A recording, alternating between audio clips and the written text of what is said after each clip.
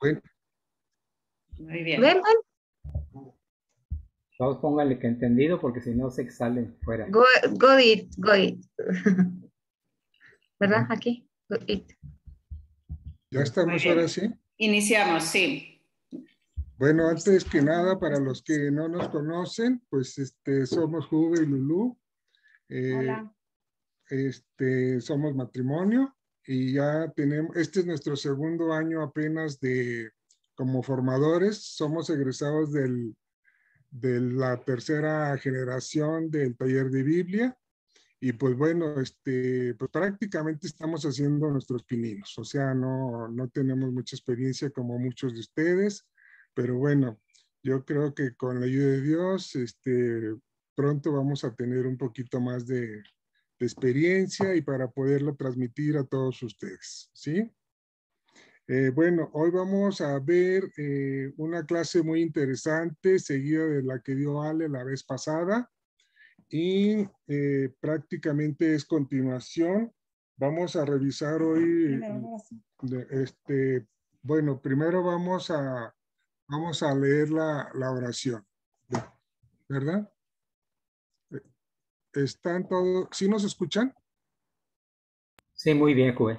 Ah, Muy perfecto. bien. Sí, sí, se Bueno, escucha. vamos a hacer la oración. Si los que puedan hacerlo, tomen sus Gracias. Biblias en sus manos y vamos a empezar con la oración. Señor Sí. Jesús, abre Ven mis Espíritu. ojos. No, primero la del ¿Cuál es? Espíritu Santo. ¿No es esta? No, la del Espíritu Santo. Ay, Dios. Es una arriba. Ah, sí. Ahí está. Sí. Primero vamos a hacer la invocación al Espíritu Santo. Ven Espíritu, Santo. llena Los corazones de tus fieles y enciende en ellos el fuego de tu amor. ¿Ya estoy bien? Envía, Señor, tu Espíritu y todo será creado y se renovará la faz de la tierra. A ella. Oh Dios, que has iluminado los corazones de tus fieles con la luz del Espíritu Santo, haznos dóciles a sus inspiraciones para gustar siempre del bien y gozar de tu consuelo. por Jesucristo nuestro Señor. Amén. Vamos a ver ahora Señor Jesús. Señor Jesús, Señor Jesús, abre mis ojos y mis oídos a tu palabra. Que que lea y escuche tu voz y medite en tus enseñanzas. Despierta en mi alma inteligencia para que tu palabra penetre en mi corazón y pueda comprenderla. Dame Dame entendimiento para que tus palabras sean luz que me guíen hacia ti. Háblame, Señor, te escucho y deseo tu enseñanza. Que tu palabra sea vida, gozo, paz y felicidad. Habla, Señor, tú eres mi Dios y Maestro. Amén. Santa María, Reina de los Apóstoles, ruega por nosotros. Bien, pues les decía que el tema que hoy nos toca revisar es el de aspectos socioculturales de Israel en tiempos de Jesús y que bueno, pues es una continuación prácticamente de lo que dio Ale la vez pasada. Para entender este tema, pues es bien importante situarnos, ponernos en el contexto del siglo I, ¿verdad? Ponernos en el contexto de un lugar específico, en este caso de Judea o Judá. Y si vamos a comprender de esta manera un poquito más todo lo que Jesús nos quiera mencionar, conociendo la situación económica, política, religiosa que había en ese tiempo de nuestro Señor. Yo sí me gustaría que alguien me hiciera favor de leer Gálatas 4:4 para dar inicio ya un poquito más concretamente a la plática de hoy.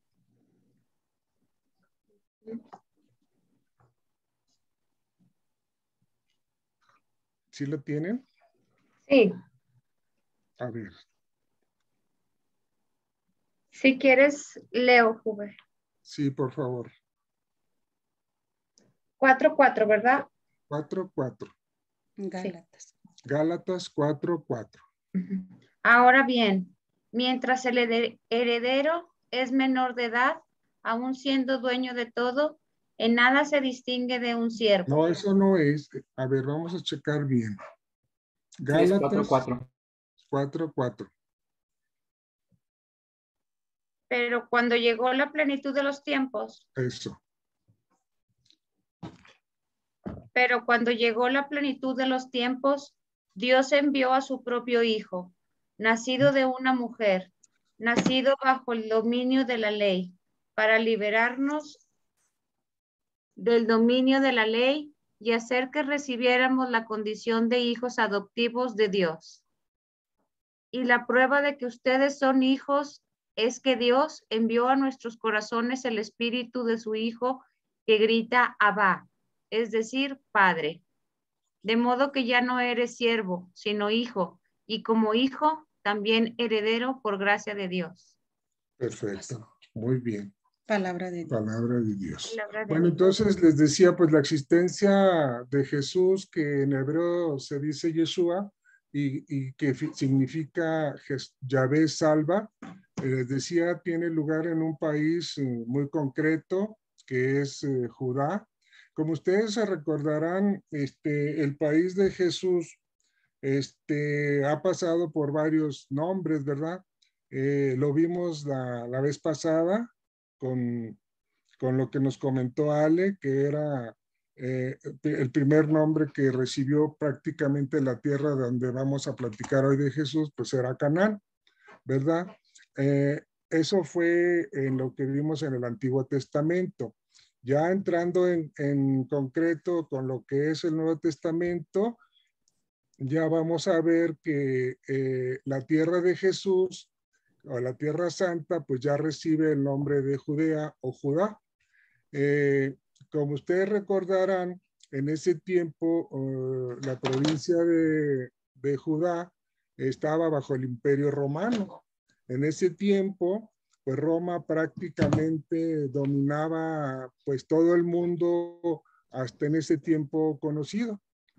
Entonces, pues obviamente Tierra Santa o Judea, como le queremos decir, pues estaba también dominada por el Imperio Romano.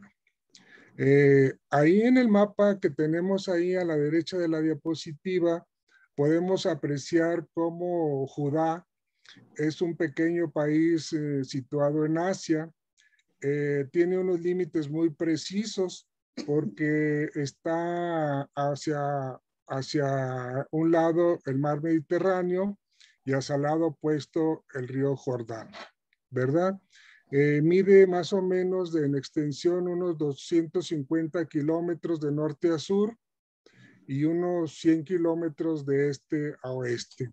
Si pudiéramos compararlo con nuestra región, podríamos decir que la extensión de Judea o de Judá es más o menos de Saltillo a Matehuala aproximadamente en lo que se refiere a una extensión, y de ancho podríamos decir que prácticamente pues de Saltillo a Monterrey. Es un país relativamente pequeño que tiene en este tiempo más o menos 500,000 de habitantes. En su mayoría son judíos, pero dadas las características geográficas del país, pues hay una población flotante permanente por su cercanía, por ejemplo, con África y con otros países como Asiria, de tal manera que la población que tiene pues se hace muchísimo mayor. Entonces, el reino de Judá está para fines prácticos dividido en 3 regiones. La del norte, que ahí la vemos en el mapita, que es Galilea, la del centro, que es Samaria, y la del sur, que es Judea. y consta de 4 zonas geográficas. Una zona plana que está adyacente a la costa del mar Mediterráneo, una cadena montañosa y de desiertos, y un valle que está, digamos, a las márgenes del río Jordán, del lago de Galilea, que también se llama de Tiberíades, y al Mar Muerto. Toda esa zona, pues sí, es un valle muy bonito. Y también está otra zona que es una zona de altiplanos. Vamos a tratar de hablar un poquito de cada uno de los lugares que acabo de mencionar, y empezamos por Galilea. Galilea está en una región montañosa en la que se encuentra el Monte Tabor. ¿Sí se acuerdan qué importancia tiene el Monte Tabor? Les vamos a dar un punto a los que acerten las preguntas, y eso va a ser para el final del examen. No sé qué. No, lo van a ver más lugar de la Bueno, eso como transfiguración. quiera lo vamos a ver más adelante, cuando ya empecemos de lleno con los evangelios, ¿verdad? Pero el Monte Tabor tiene una importancia. ¿Quién dijo yo? Es el lugar donde se da la transfiguración del Señor. Exactamente, ahí es donde se da la transfiguración. Punto para Mariano. Un punto para Mariano. Es también un lugar muy fértil, sobre todo toda el área que rodea al mar de Galilea, y las principales ciudades o pueblos de Galilea pues son Betsaida, Cafarnaúm, Caná, Corazaín, Naín, Nazaret y Tiberíades. Por ser una vía comercial, como les comentaba en un principio, existe es una región multiétnica y multicultural. Los judíos conservadores no ven con buenos ojos a la Galilea de los gentiles. Que así le llamaban. Los gentiles hablan de manera diferente a la región de Judea, y por eso son pues no muy aceptados. Aquí, como manera también de recordatorio, algunas acciones de Jesús en esta tierra de Galilea, pues está la multiplicación de los panes en Caná, cuando sana a la hija de una mujer pagana en las regiones entre Tiro y Sidón, y al hijo del centurión en Cafarnaúm. También en esta misma región de Galilea, donde se encuentra el lago, el mar de Galilea, pues también tenemos la historia donde calma la tempestad. Otro punto importante es que 11 de los apóstoles eran de Galilea, región también en la que vivía José y María. De los 11 que vivían en Galilea, pero ¿y el otro de dónde era? Otro punto, ¿quién lo quiere? ¿Y quién era el otro de los 12 que no era de Galilea? ¿No se acuerdan? Ayúdanos, dinos la primera letra. Bueno, pues. Bueno, el otro que Mateo. no era de Galilea y que era de Judea era Judas. Entonces ahí completamos ya la docena de los 12 apóstoles. Déjame ver si con esta cambia. Tampoco. Bueno, vamos a la otra región, hablando todavía del contexto geográfico, y vamos a comentar algunas cositas también de Samaria. Samaria se encuentra ubicada entre Galilea y Judea. Acuérdense que todo esto que estamos platicando, pues ya lo habíamos visto en el Antiguo Testamento, ahí cuando estuvimos hablando de los libros históricos, ¿verdad? Cuando se hizo la división de los dos reinos, el reino del norte y el reino del sur. Entonces, Samaria está prácticamente entre Galilea y Judea. Es también una región montañosa, pero también tiene tierras fértiles. Es también el paso, pues, inevitable para todo Galileo que desea ir a Jerusalén y viceversa.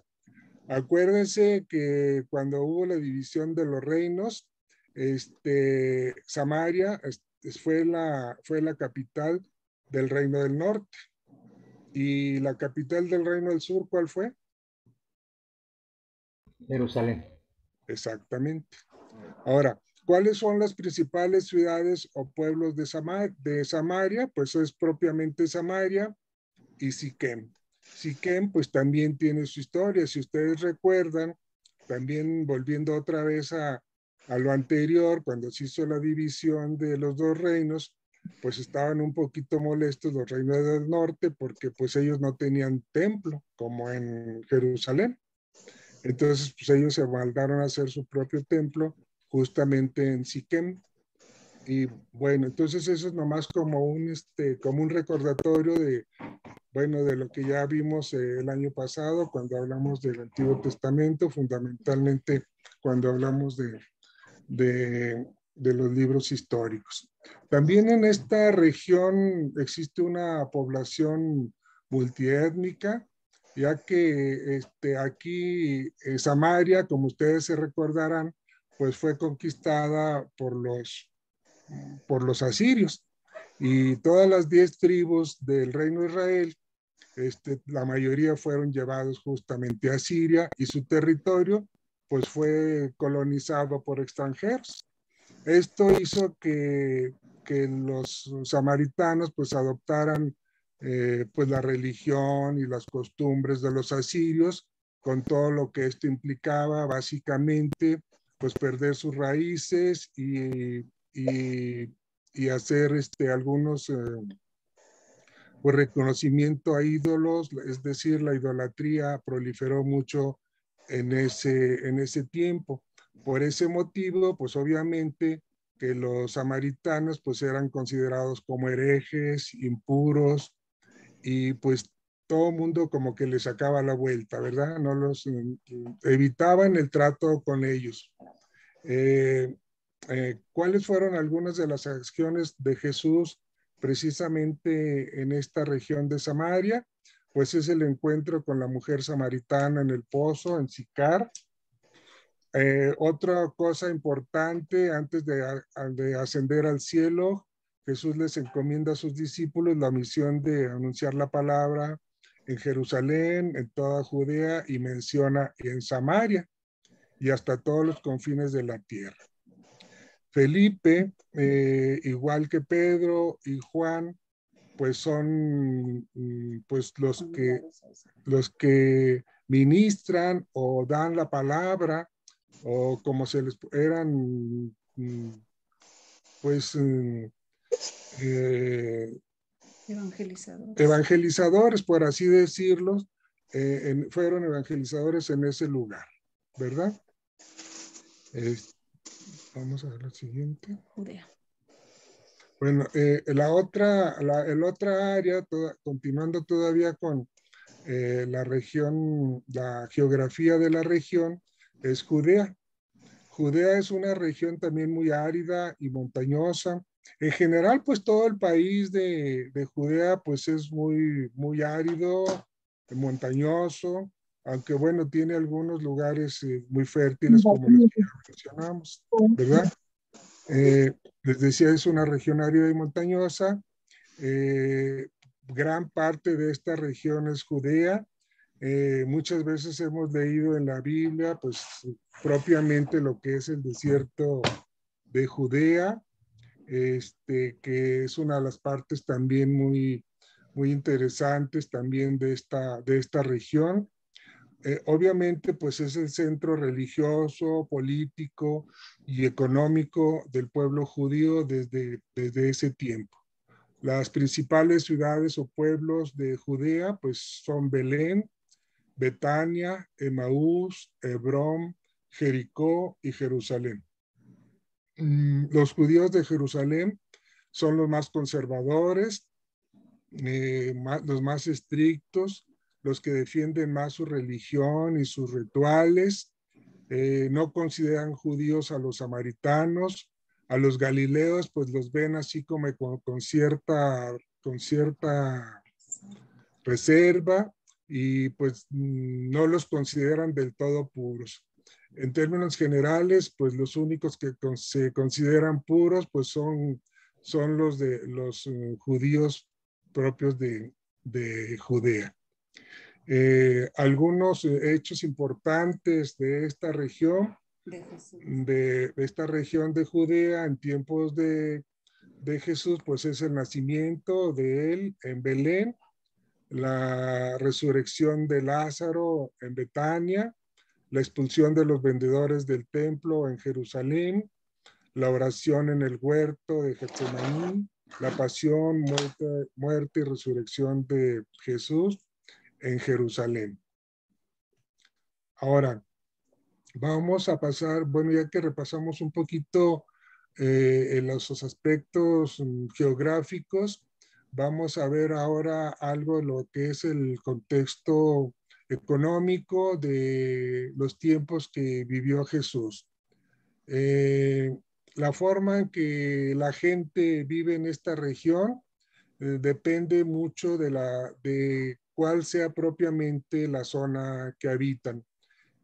Algunos son nómadas y pues viven de las ovejas, pues del pastoreo, vaya, de las ovejas y las cabras. Otros son más sedentarios, ya bien establecidos, y sus labores más bien son el cultivo de la tierra, es decir, la agricultura. Y otros que ya viven en las ciudades, pues trabajan con labores propios de la ciudad, tanto como artesanos, como empleados de gobierno o domésticos. Los trabajos en general más comunes son la agricultura y la artesanía. ¿Cuáles son los recursos naturales de esta región? Pues los recursos naturales de esta región básicamente es el cultivo de los granos, en este caso el trigo y la cebada, que obviamente pues es la materia prima para hacer el pan. Otro de los recursos naturales de esta región pues son los viñedos, que es uno de los bienes, digamos, más preciados de los agricultores. Buena parte de lo que cosecha de las viñas lo usan para la alimentación propia, pero la mayoría lo hacen para el vino, lo utilizan para hacer el vino, el cual pues en toda la historia bíblica pues juega un papel muy importante, sobre todo en la vida de Jesús, con el primer y el último milagro.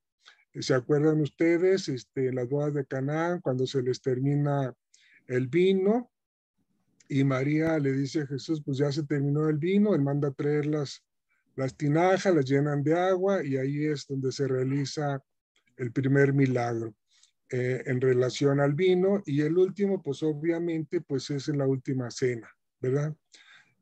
Hay otras frutas también que son muy cultivables en esta región y son los higos.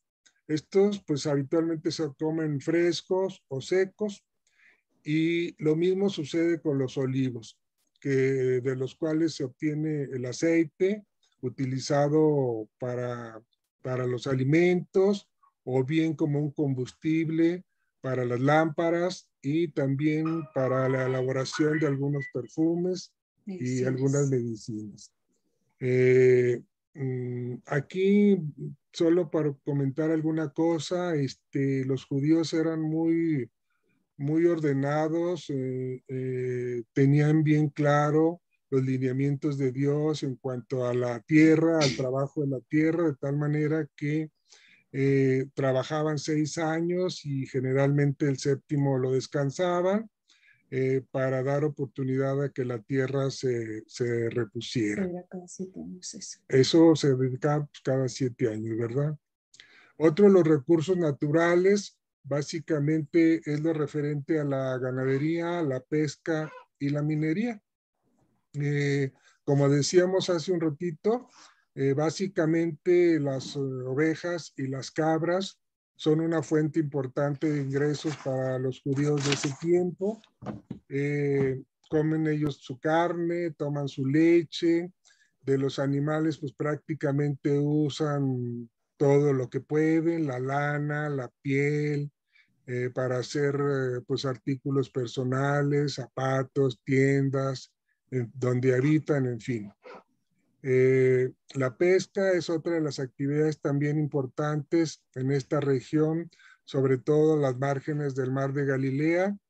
Ahí es donde básicamente se lleva a cabo toda esta actividad de la pesca.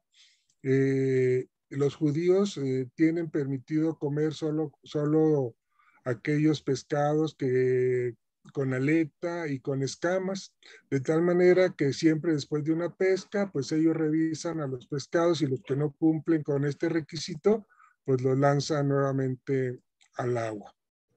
Dentro de los recursos minerales, pues se limitan a algunos yacimientos de cobre y basalto, que también le llaman piedra de hierro, y que básicamente es para ser utilizados como para fabricar las ruedas de molino, las muelas que ellos les llamaban, que pues no eran otra cosa más que unas especies de metates, y bueno, otros utensilios de tipo agrícola que usaban también para ayudarse en la ganadería.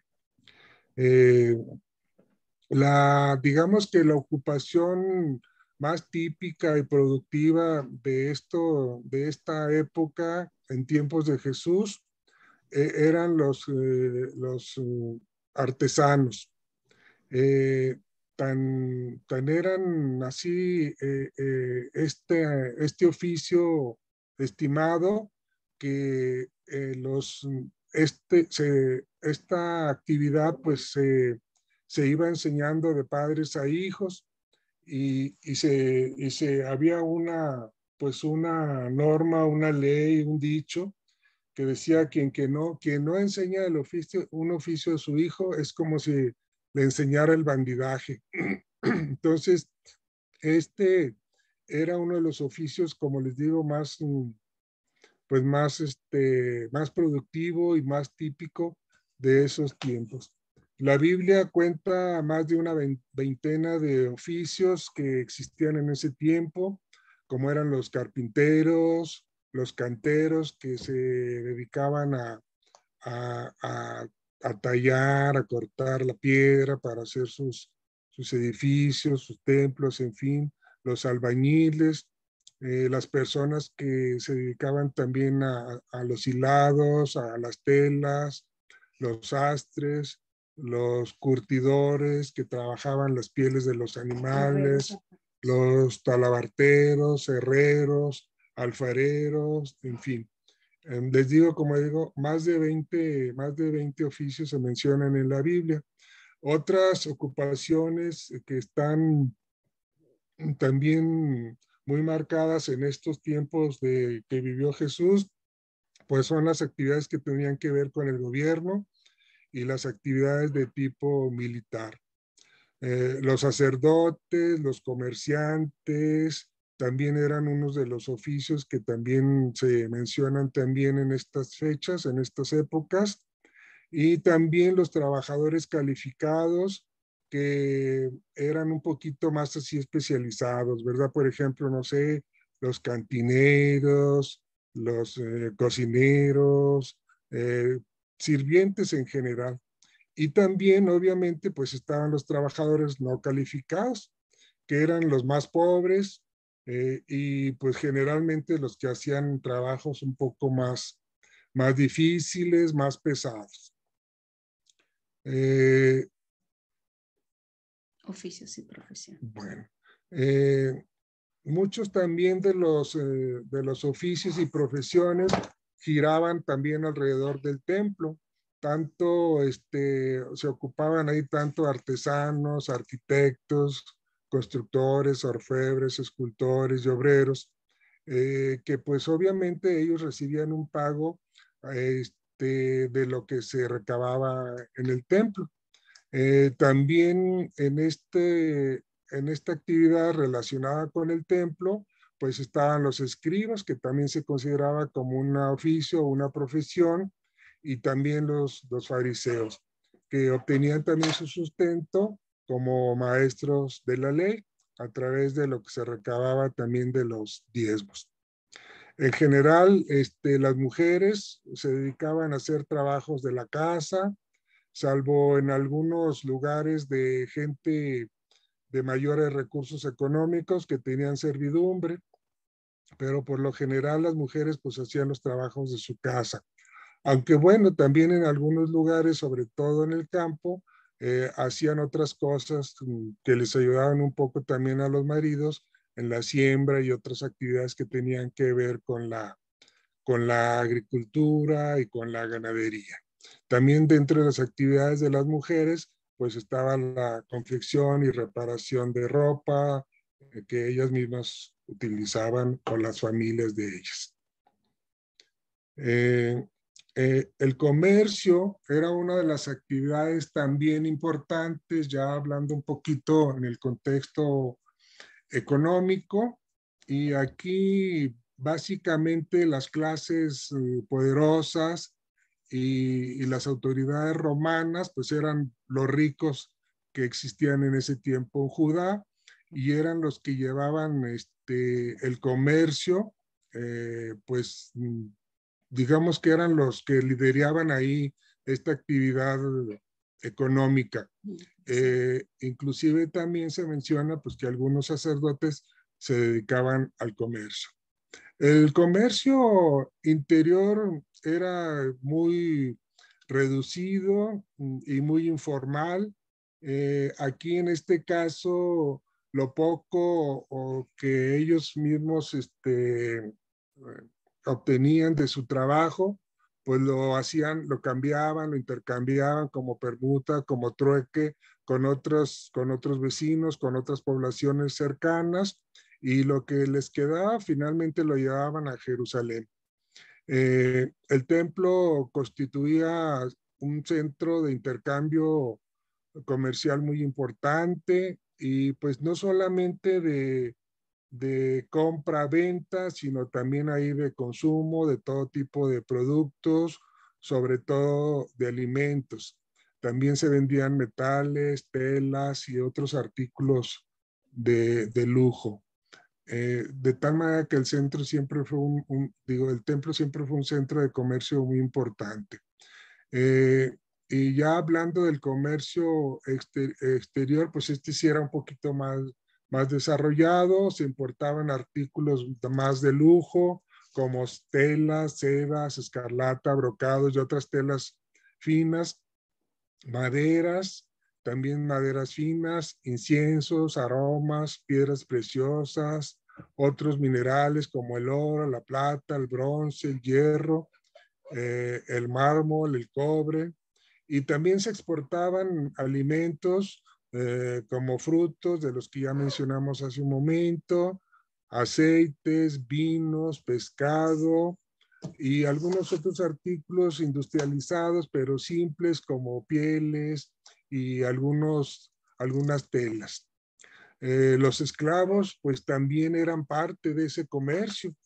Inclusive en algunos lugares, como en Jerusalén, había esclavos también a la venta pública.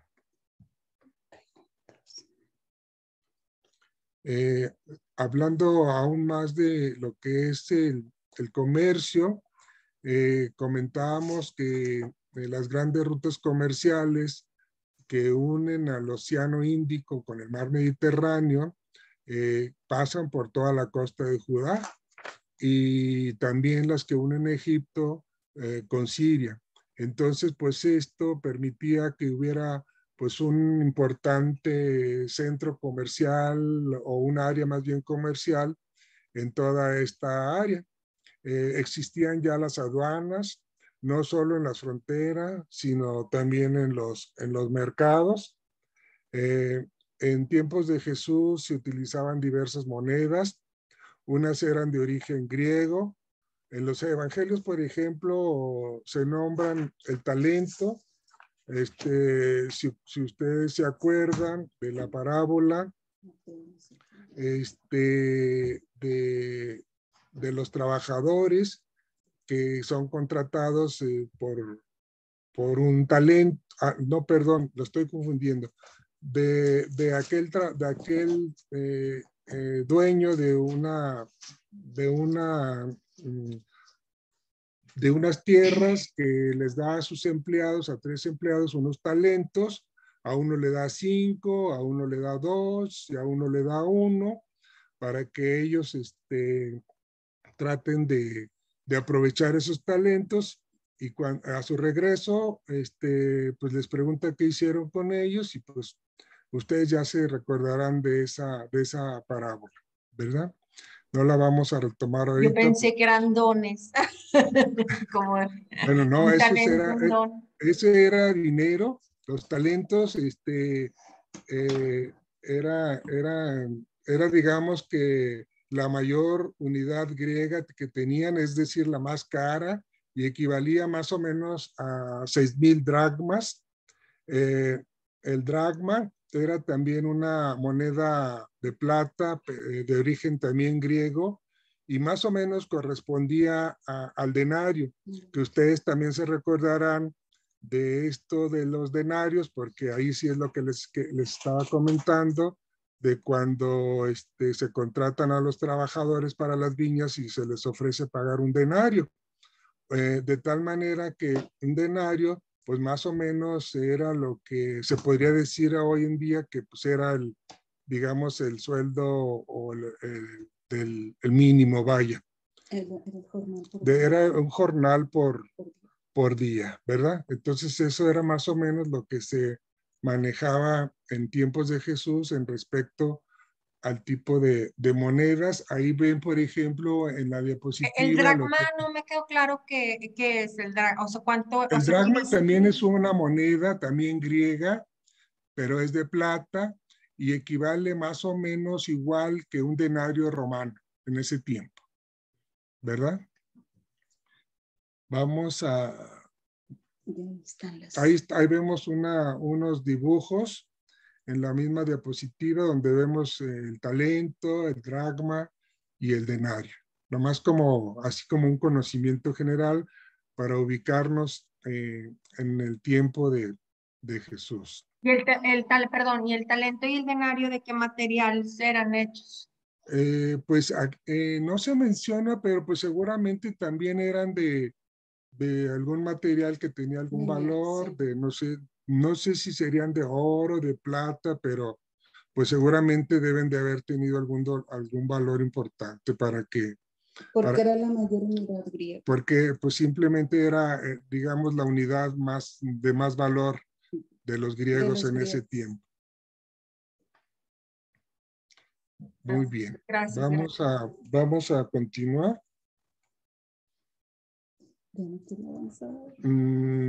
Sí, estamos bien. Dentro de... No. ¿Sí estamos bien? Sí. A ver, dale. Ahí está. Muy bien. Vamos a seguir ahora, vamos a hablar ahora un poquito del contexto social de aquella época. ¿Qué autoridades judías existían en aquellos tiempos? Fundamentalmente había 3 tipos de autoridad que regían la región de Judá en tiempos de Jesús. Una era la autoridad religiosa, que estaba constituida por la nobleza sacerdotal o clero. Otra era la nobleza, la autoridad secular, que estaba constituida por la nobleza laica o los ancianos. Y la otra era la autoridad sapiencial, formada por los escribas o maestros de la ley. Hablando fundamentalmente del clero, pues esta era una autoridad basada fundamentalmente en la teocracia, es decir, que todo el gobierno o toda la autoridad procedía de Dios, ¿verdad? Y el término, el primer término en primer término, el clero es la nobleza judía de aquella época. pero también era autoridad religiosa, autoridad política y autoridad jurídica. Si lo pudiéramos traspolar a nuestros tiempos, pues prácticamente podríamos decir que el clero hacía las funciones de todas, de la autoridad, de toda autoridad. Como ahora en tiempos, nosotros pues que el legislativo, que el judicial, que el ejecutivo, no, ahí el clero prácticamente hacía todas las funciones de la autoridad. El clero se subdividía en varias categorías desde el punto de vista también social. Y digamos que el punto más alto de esa clasificación o de esa jerarquía que estaba dado por el sumo sacerdote. Le seguían los sacerdotes jefes, que eran la aristocracia sacerdotal, seguidos por los sacerdotes simples, y luego venían más abajo los levitas, que también eran denominados el clero bajo.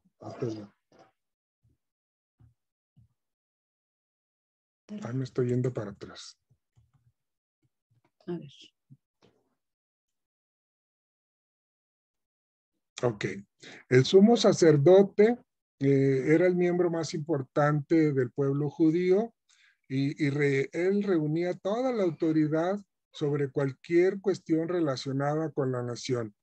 Este sumo sacerdote pertenecía al partido de los saduceos y también tenía una colaboración muy estrecha con el poder romano, es decir, no era independiente, pues era prácticamente también estaban sometidos de alguna manera a los romanos. El privilegio más importante de este sumo sacerdote es que era la única persona, el único mortal que podría entrar al Santo Santorum. Pero esto solamente un día del año, es decir, el día de la expiación. ¿Alguien se recuerda qué era lo que estaba ahí en el Santo Santorum?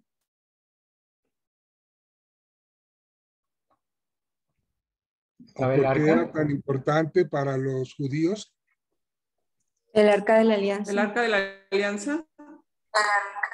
Las tablas de la ley, ¿verdad? Muy bien. También el sumo sacerdote presidía el Sanedrín y también las fiestas más importantes como era la de Pascua, Pentecostés y las fiestas de los tabernáculos. Y también podía presidir las asambleas del pueblo. Él hacía cumplir todas las prescripciones acerca de la pureza ritual y también de los matrimonios. Su título era hereditario y aún después de ser depuesto seguía siendo sumo sacerdote. Por eso algunas veces leemos ahí en la Biblia los sumos sacerdotes, o sea, en plural, porque ellos, aunque ya dejaran su puesto, pues seguían siendo sumos sacerdotes.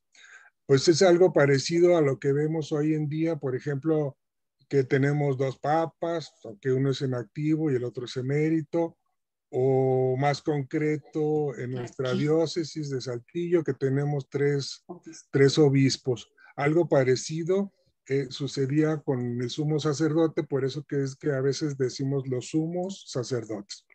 Bueno, dentro de la jerarquía, podríamos decir, de la autoridad judías, le siguen en importancia los sacerdotes jefes, que era la aristocracia sacerdotal.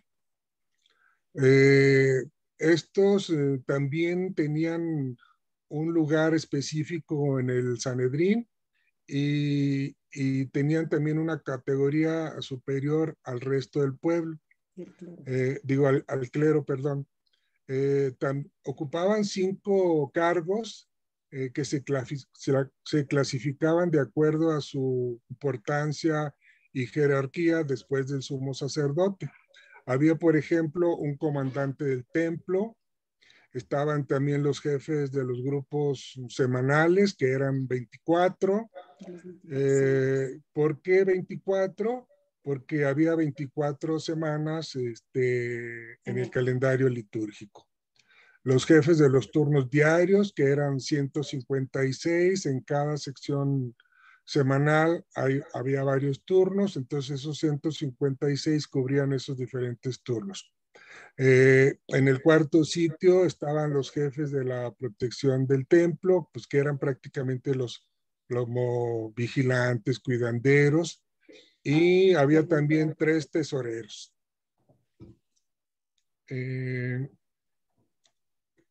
También en el otro, más abajo, se encontraban los sacerdotes simples, que estos eran la gran mayoría.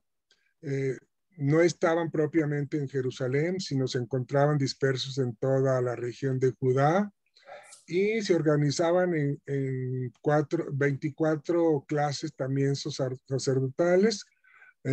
Sus raíces venían de transmisión de igual que en el sumo sacerdote, de una manera hereditaria, aunque esta herencia era un poquito diferente, pero finalmente también se heredaba.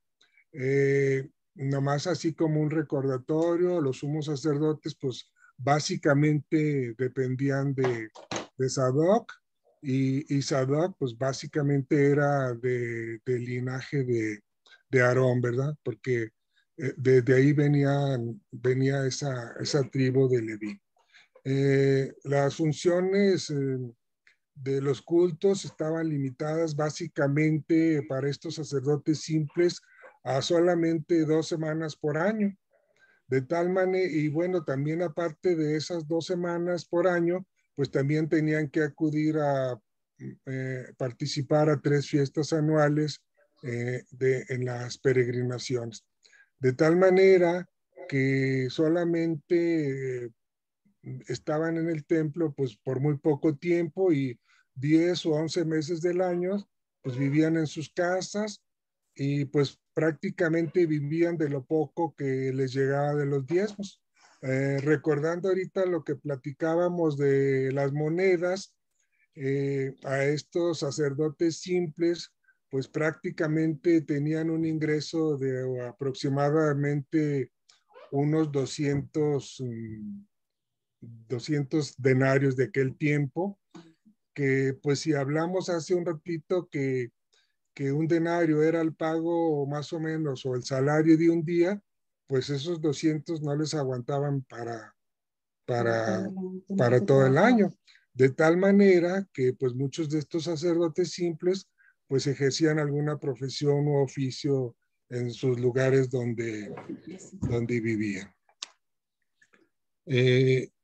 Otra de las autoridades judías, hablando también del aspecto del contexto social, eran los levitas o clero bajo. Su nombre también proviene de Leví, que es una de las tribus de Israel, si ustedes se recuerdan cuando vimos esos temas, y bueno, y lo que les decía hace un ratito, y los sumos sacerdotes legítimos, eso sí deberían descender de Sadoc. Estaban en un grado inferior a los sacerdotes y no participaban en ninguno de los servicios del templo, ya que estaba prohibido para ellos introducirse al mismo, e inclusive ni siquiera acercarse al altar. Estos levitas estaban en una cantidad, eran muy superiores a todas las demás, todos los demás elementos del clero, ya que se menciona que constituían más o menos unos 10,000 este grupo. Estos 10,000 se dividían en dos partes, más o menos de 5,000 cada una, en cantores y músicos, y la otra mitad en servidores del templo, que tenían a su cargo algunas funciones como sacristanes, vigilantes del templo, etcétera. Entonces, en términos generales, era el clero más bajo. Aquí solamente como para remachar un poquito, el contexto social en cuanto a las autoridades judías, vemos que el sumo sacerdote pues era la máxima autoridad, seguido del comandante del templo. A los lados estaban también los responsables, los jefes de los 24 grupos semanales, los 156 de los turnos diarios, los tesoreros, y de ahí hacia abajo pues eran los jefes de protección del templo, los sacerdotes simples, los levitas, como dijimos, los cantores, servidores, guardias, etc. Esa era más o menos la disposición que tenían el clero prácticamente en general. Ahora, hablando de la nobleza laica, ya hablamos de lo que es, acuérdense que dijimos que eran tres, ¿verdad? Tres partes, los tres tipos de autoridades. Hablando de la nobleza laica, pues aquí básicamente son los ancianos, son los, digamos, de más alta, digamos, jerarquía. Generalmente eran jefes de familias ricas e influyentes y formaban parte junto con los sacerdotes y los escribas también del Sanedrín. Aquí un ejemplo clásico de este tipo de ancianos pues era José de Arimatea. ¿Qué hizo José de Arimatea? ¿Se acuerdan? Solicitó el cuerpo de Jesús. Pidió el cuerpo a Pilatos de Jesús. Y la tumba, ¿no? Fue el que solicitó, ¿verdad? Sí, que le pidió a Pilatos el cuerpo de Jesús. Exacto. Aquí en este caso con los ancianos, el procurador romano en turno es el que escoge a los ancianos que van a ser los funcionarios o recaudadores de impuestos, y este tipo de ancianos pertenecen al partido saduceo y tienen escasa influencia sobre el pueblo. Son los que se Pero son los que, pues digamos, los recaudadores de impuestos. Otra de las autoridades judías estaban los escribas, ellos también llamados doctores o maestros de la ley. Básicamente su misión era explicar y actualizar la ley en función de sus tiempos y de la problemática que existiera en esos tiempos también. Junto con los sacerdotes y los ancianos eran parte también del Sanedrín. Todos los fariseos del Sanedrín eran escribas, pero no todos los escribas eran fariseos. Dentro de estos escribas, en tiempos de Jesús, podemos encontrar a Nicodemo y a Gamaliel. ¿Alguien se acuerda de Gamaliel, por ejemplo? El maestro de Pablo. Exactamente. Ya bien aplicados todos. Yo no sé qué estamos... Bueno, obviamente, pues estos maestros de la ley pues, conocían las escrituras y aparte de eso, también toda la cuestión jurídica, de tal manera que ellos eran indispensables en el Sanedrín para dar consejos en los tribunales, eran los únicos que tenían prácticamente el poder de atar y desatar problemas de tipo civil, de tipo religioso en esos tiempos. Aquí, al revés de otros miembros del Sanedrín, estas personas no pertenecían a estratos altos como otros de la sociedad. Estos, inclusive, había algunos que pues eran más bien de posición media y pues porque realmente no tenían ningún sueldo, ¿verdad? Su única función pues era prácticamente transmitir todos sus conocimientos, eran muy estudiados, tenían muchos conocimientos y se sabían la ley, pues digamos que de pe a pa. y no solamente la ley escrita, sino las tradiciones orales las manejaban muy bien. Y bueno, una de las funciones que tenían era, como les digo, la enseñanza, los consejos, pero de una manera gratuita. Por eso es que, pues por esa razón, pues realmente no tenían grandes ingresos. Aquí vamos a hablar un poquito de los principales grupos políticos religiosos que existían en aquel tiempo, y estuvimos hablando ahorita de saduceos, de fariseos, pero ¿quiénes eran esos?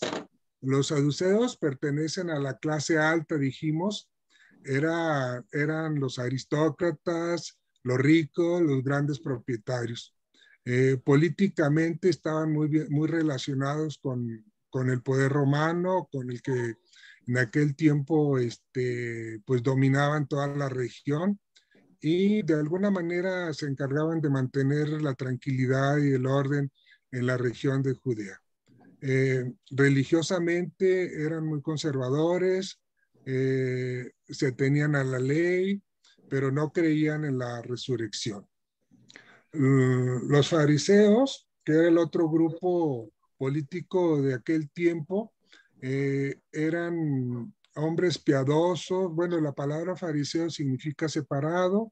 Eran hombres piadosos que conocían muy bien la ley y la cumplían cabalmente, haciendo ayunos, penitencia, oración y todo lo que marcaba la ley. Tenían una influencia muy importante en el pueblo, eran jefes religiosos y pues prácticamente ellos pertenecían a la clase media. Buscaban separarse de todos aquellos que no conocían la ley porque los consideraban de alguna manera impuros, precisamente porque no cumplían con las leyes. Eran nacionalistas de tal manera que su patria era, por decirlo primero, un tanto hostiles contra los opresores en aquel tiempo, y aunque no usaban su fuerza en contra de los romanos, ellos esperaban que que se estableciera el reino de Dios y los liberara del yugo del imperio romano predominante en ese tiempo. El otro grupo político que existía en tiempos de Jesús eran los celotas. Estos eran un movimiento extremista y armado. Yo me imagino a veces que es como el que todavía existe hoy en día, que es como Hamás. No se enfrentan directamente con el ejército romano. Sin embargo, utilizan las revueltas, aprovechando las confusiones, las fiestas, etc. Suelen esconderse en cuevas de Galilea y cuentan con el apoyo de las clases populares, como sucede hoy en día también con muchos de estos grupos religiosos. Entre los seguidores de Jesús hay algunos también antiguos celotes, como es Simón el Celota o Judas Iscariote. Y el otro grupo también político religioso de aquella época son una especie de monjes que vivían en comunidad a orillas del Mar Muerto, en Qumran, y a ellos más tranquilos. Ellos esperaban la venida de dos mesías, uno político y otro religioso, para que ellos establecieran la justicia, pusieran fin al pecado y restauraran el imperio en Israel. Ellos eran más tranquilitos. Y en cuanto a las clases sociales, pues bueno, ya las hemos venido mencionando. Básicamente eran tres: los ricos, la clase media y la clase pobre. Los ricos, pues estaba constituida por la corte, la aristocracia sacerdotal y todas sus familias, y la aristocracia laica, fundamentalmente por aquellos grandes comerciantes o terratenientes. La clase media, pues estaba formada por los medianos comerciantes, artesanos, prestadores de servicio, como los que daban hospedaje. Recordar nuevamente que pues esta región era una región de mucho tránsito, pues entonces había mucha necesidad de hospedajes, entonces estos que se dedicaban a este tipo de servicio pues pertenecían también a la clase media, igual que muchos sacerdotes, que ya mencionamos, pues que no tenían ningún ingreso más que el diezmo, y por eso tenían algunas otras actividades para poder sobrevivir. Y los pobres, pues que eran los jornaleros, los esclavos y los libertos. ¿Saben quiénes son los libertos? Los que fueron esclavos y fueron liberados. Exactamente. Los que fueron esclavos fundamentalmente en Roma y fueron liberados. También en esta, digamos, categoría estaban muchos escribas, que aunque estaban muy preparados, pues no tenían ningún ingreso. Y otros, pues eran los que estaban de alguna manera, digamos, lisiados, mutilados, tullidos, ciegos, o tenían alguna otra deficiencia en su cuerpo. Y bueno, ya terminando con el aspecto prácticamente social diríamos, ¿cuál era la situación de la mujer judía? Pues la mujer judía, lo mismo que los esclavos, pues dependían de su dueño. ¿Quién era su dueño? Pues podría ser el marido o pudiera ser el padre. Ellas no podían tener ningún ingreso, ni de un trabajo, ni nada. Su sitio era la casa y tendrían que estar en su casa. Si tenían que salir pues prácticamente en el anonimato, cubiertas, con un velo, no podían dirigir la palabra a ninguna persona, ni siquiera un saludo. Y bueno, prácticamente eran un cero a la izquierda, no tenían palabra, ni voz, ni voto, ni como testigo, ni como nada. Debían aceptar de alguna manera que su marido compartiera su afecto con otras mujeres, esposas o concubinas, incluso con esclavas. Sin embargo, la poligamia en este tiempo de Jesús era rara, pues más que todo por las cuestiones que hablamos de tipo económico. Ellas tampoco podían iniciar trámites de divorcio, el hombre era el único que podía solicitar estaban sometidas prácticamente a todas las leyes de la Torá y también a las leyes civiles y penales. No tenían acceso a la sinagoga y si acaso iban, pues se les daba ahí un rinconcito para que estuvieran ahí en sus servicios religiosos. De tal manera que prácticamente pues estaban muy marginadas. Sí tenían algunas, digamos, derechos, como era pues recibir de su marido el alimento, el vestido y pues algo de dinero. También tenían derecho a ser respetada su dignidad. Si se enfermaba, pues tenía derecho a que se le brindara la atención necesaria, medicinas, cuidados, en fin. Y tampoco podía ser sometida a la prostitución o obligarla a prostituirse. Entonces, de alguna manera, pues tenían también algunos derechos. Pues básicamente también algunas mujeres del campo, pues sí apoyaban en las faenas a sus maridos, en el comercio también, y bueno, pues en general eran muy restringidas sus actividades de la mujer en esos tiempos, y pues yo creo que aquí fundamentalmente lo más importante de todo, pues es que el amor conyugal es apreciado y debe transfigurar o o ser superior a todas las leyes, ¿verdad? Vamos ahora a seguir con el... ¿Qué hora son ya? No, se me hace que ya lo dejamos. Todavía bueno, no sé si hasta aquí hay alguna pregunta, algo que no haya quedado claro, algún comentario. ¿En dónde encaja aquí la figura de Herodes? Está, Pues aquí prácticamente, acuérdense ustedes que en los tiempos de Jesús, aquí todavía no hablamos, aquí prácticamente podríamos decir que esos son los inicios de la infancia, porque todavía prácticamente no hemos hablado todavía de cuando él inició su ministerio. Pero acuérdense que Herodes, pues más o menos es del año 30 y tantos, entonces todavía no llegamos a esa etapa.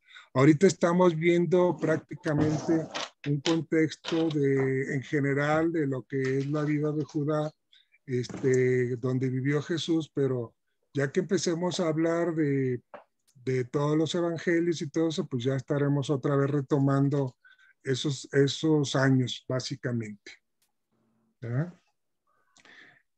Y toda esta información que nos están compartiendo, todo este contexto religioso, social, que nos están compartiendo, quiero pensar, se encuentra en la Biblia, en las Sagradas Escrituras, ¿no? Claro. Todo está. Sí, todo está. Ok. Es bien interesante y es bien amplio, está un poquito largo todos estos temas, por eso, bueno, estamos tratando de hacerlos un poquito más concretos, pero bueno, ya habrá oportunidad cuando empezamos ya a hablar propiamente del Nuevo Testamento, de ir viendo algunas cositas que ahorita es así como una introducción básicamente, y ya cuando empecemos a ver propiamente el Nuevo Testamento, pues muchas de estas cosas justamente nos van a servir para poder entender muchas de las cosas que vamos a estudiar en esa parte de las Sagradas Escrituras. Faltan todavía dos temas bastante extensos.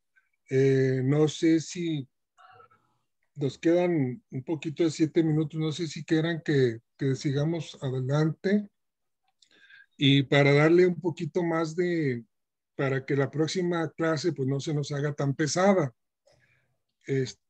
No sé cómo... 5 minutos y ¿cómo ya ves, hacer Ale? la oración. Sí, es que sí falta... Falta mucho. Ya sé. Sí, no sé si mejor lo dejamos para la próxima. Muy bien. A lo mejor porque, dar los primeros 10 minutos de la próxima clase con esto. Sí, 10 o 15 minutos.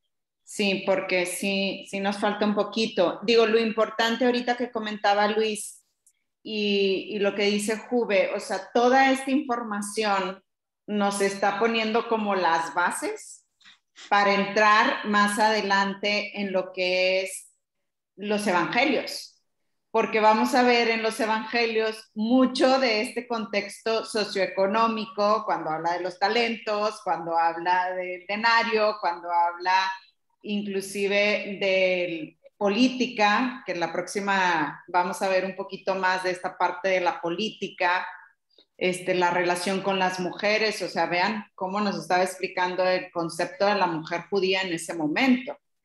Entonces, la controversia que provoca Jesucristo al acercarse a una mujer, así de sencillo. Entonces, es por eso bien importante como poner esta plataforma, ¿no? Que nos va a ayudar como a construir lo que viene. Y esto es bien interesante porque lo vemos desde un contexto histórico, ¿eh?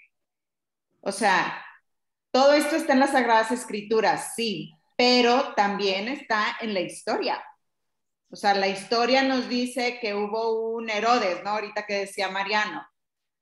Y gracias a esa historia lo conjugamos con las Sagradas Escrituras y confirmamos, ¿verdad? Que Jesucristo es un hombre histórico.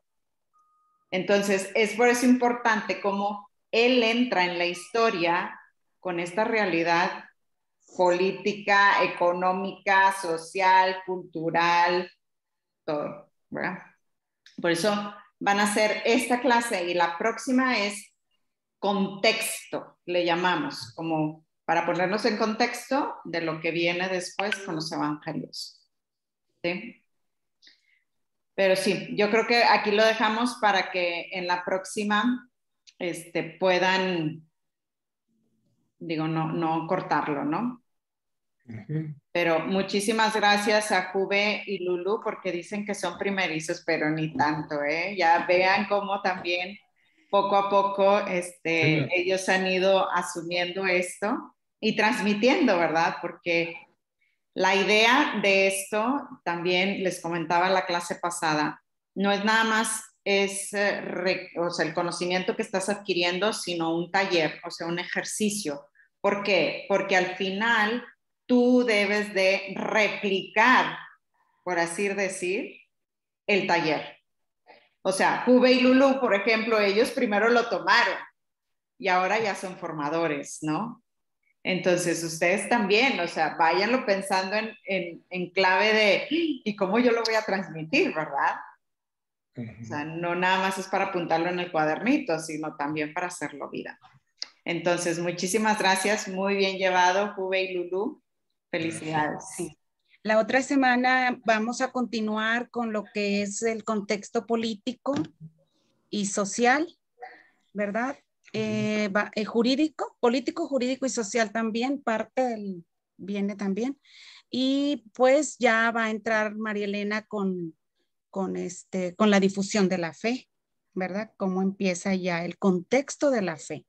Entonces, bueno, si alguien quiere hacer la oración o la hacemos nosotros, como gusten. ¿Nadie dijo yo? ¿No? Bueno. Vamos a dar gracias en esta noche, Señor. Te damos gracias por este momento de tu palabra, Señor. Gracias, Padre Santísimo, por iluminarnos, por enviarnos a tu Santo Espíritu para poder transmitir tu palabra. Señor, gracias. Bendito y alabado seas, Señor. Glorificado seas. Santificado seas. Padre nuestro que estás en el cielo, santificado sea tu nombre. Venga a nosotros tu reino. Hágase tu voluntad en la tierra como en el cielo. Danos hoy nuestro pan de cada día. Perdona nuestras ofensas como también nosotros perdonamos a quienes nos ofenden. No nos dejes caer en tentación y líbranos del mal. María Santísima, te damos gracias, Mamita Santa, por habernos ayudado y acompañado en esta noche. Dios te salve, María. Llena eres de gracia, Señor es contigo. Bendita eres entre todas las mujeres y bendito es el fruto de tu vientre, Jesús. Santa María, Madre de Dios, ruega por nosotros los pecadores, ahora y en la hora de nuestra muerte. Amén. Santa María, Reina de los Apóstoles, ruega por nosotros. Bendecida noche a todos. Muchas gracias. Igualmente. Gracias a todos. Felicidades, que hoy es día de San Jerónimo, ¿eh? Sí, hoy es día de San Jerónimo. ¿Se acuerdan quién es San Jerónimo? El traductor de la Biblia al latín. Muy bien, sí. Sí. Bravo. Entonces, tienes muchos puntos. Bueno. Sí, Ale, acá en mi parroquia en Chihuahua es la parroquia de San Jerónimo. Ay, mira. Entonces hoy estamos de fiesta. Sí. Qué padre, pues es nuestro santo patrono, así que pídanle hoy que interceda por nosotros. Mándanos unas enchiladitas. Ah, ya, fuimos por ella, sí hubo. Sí hubo hoy.